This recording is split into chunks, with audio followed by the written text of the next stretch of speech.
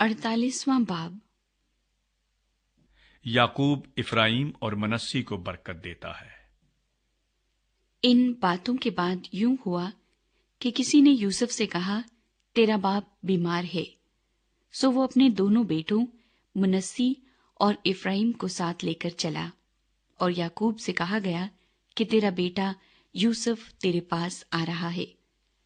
और इसराइल अपने को संभाल कर पलंग पर बैठ गया।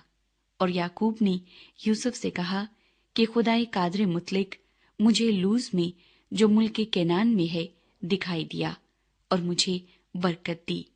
और उसने मुझसे कहा, मैं तुझे बरोमंद करूंगा और बढ़ाऊंगा और तुझसे कौमों का एक जुमरा पैदा करूंगा, और तेरे बाद ये जमीन तेरी नस्ल को दूंगा ताकि ये उनकी दायमी मिल्कियत हो जाए। सो तेरे दोनों बेटे जो मुल्क मिस्र में मेरे आने से पहले पैदा हुए मेरे हैं, यानी रोबिन और शमाउन की तरह इफ्राइम और मुनस्सी भी मेरे ही होंगे। और जो औलाद अब उनके बाद तुझसे होगी वो तेरी ठहरेगी।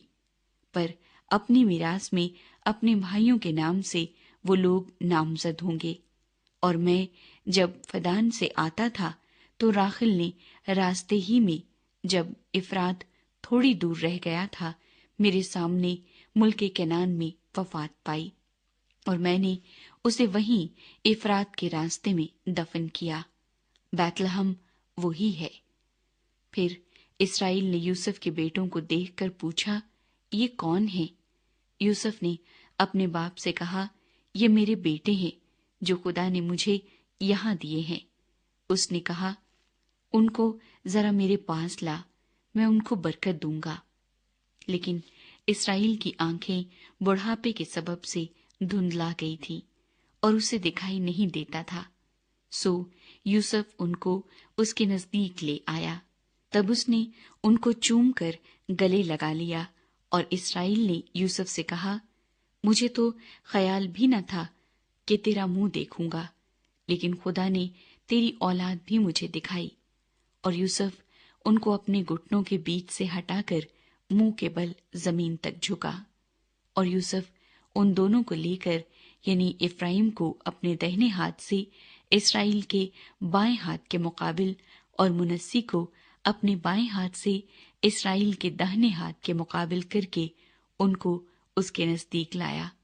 और इसराइल ने अपना दाहिना हाथ बढ़ाकर इफ्राइम के सर पर जो छोटा था और बायां हाथ मुनस्सी के सर पर रख दिया।